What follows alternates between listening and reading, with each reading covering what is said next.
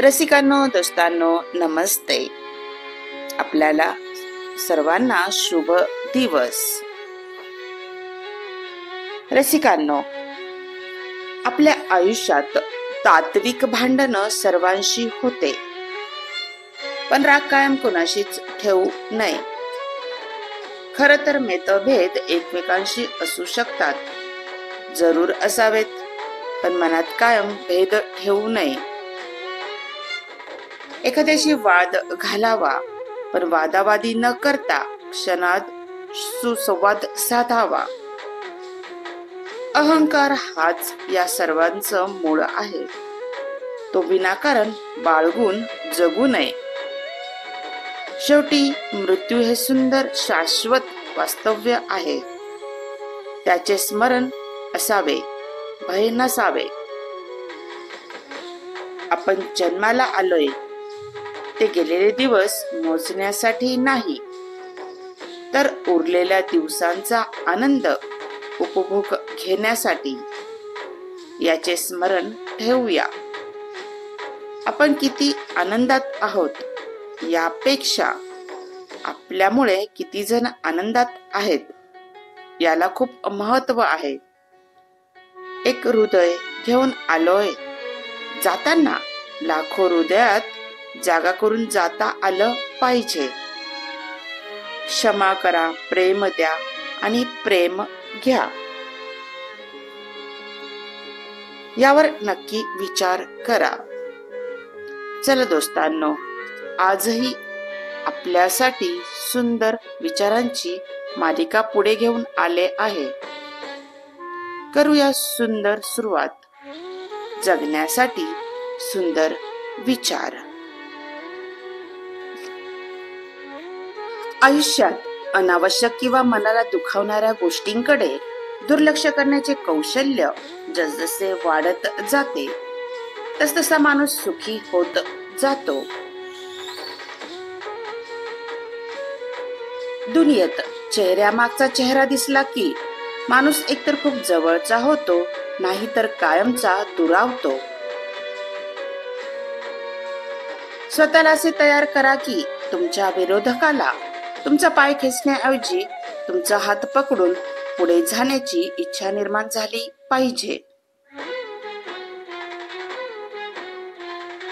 जोपर्यंत आपण आपल्या समस्या आणि अडचणींसाठी इतरांना दोष देत राहतो, तोपर्यंत आपण आपल्या समस्या आणि अडचणी मिटवू शकत नाही.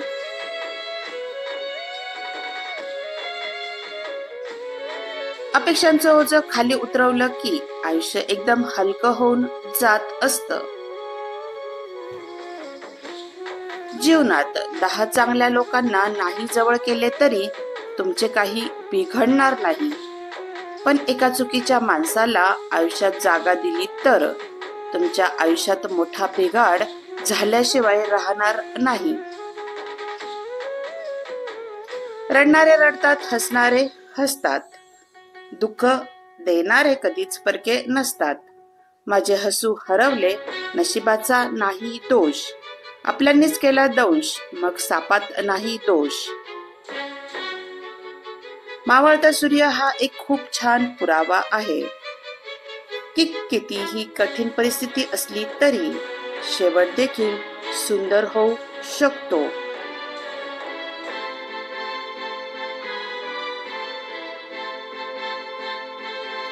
जीवनात भलेही स्वतःची प्रगती कमी झाली तरी चालेल, पण माझ्यामुळे कोणाचे नुकसान व्हायला नको. ही भावना ज्या माणसाजवळ असते तोच माणूस योग्य प्रगतीच्या वाटेवर असतो. अशाच लोकांच्या मागे स्वामी असतात. लक्षात ठेवा, सुखासाठी जे काही कराल त्यात आनंद मिळेलच असे नाही, परंतु अनंताने जे कराल त्यात सुख नक्की मिळेल.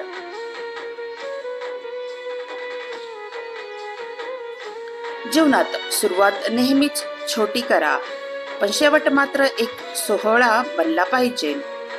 आयुष्यात सावकाश चला, काही हरकत नाही, पण चालताना असं चालायचं की आपल्या कर्तृत्वाची आणि मनमिळावू स्वभावाची आत्मिक समाधान लाभलेली मनाची आणि दैदिप्यमान यशाची सोनपावलं सदैव मागे उमटली पाहिजे.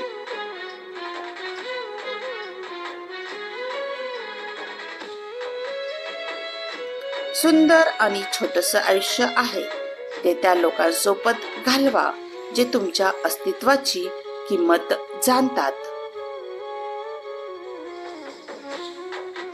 वाढत्या वयापेक्षा वाढत्या अपेक्षा माणसाला जास्त थकवतात.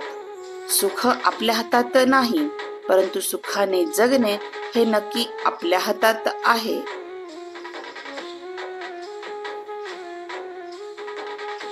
संयम ठेवा आणि कधीच हार मानू नका. मोठ्या गोष्टी घडायला वेळ लागतोच. जीवनात एवढे व्यस्त राहा की पश्चाताप, दुःख, भीती आणि कोणाचा द्वेष करायला वेळच मिळायला नको. कारण दुःखी तीच व्यक्ती असते जो रिकामी असते. देवाची योजना नेहमी सर्वोत्तम असते. कधी कधी ही प्रक्रिया वेदनादायक आणि कठीण असते, पण हे विसरू नका की जेव्हा देव शांत राहतो तो तुमच्यासाठी उत्तम करत असतो. व्हिडिओ आवडला असेल तर लाईक, शेअर आणि सबस्क्राईब नक्की करा. धन्यवाद.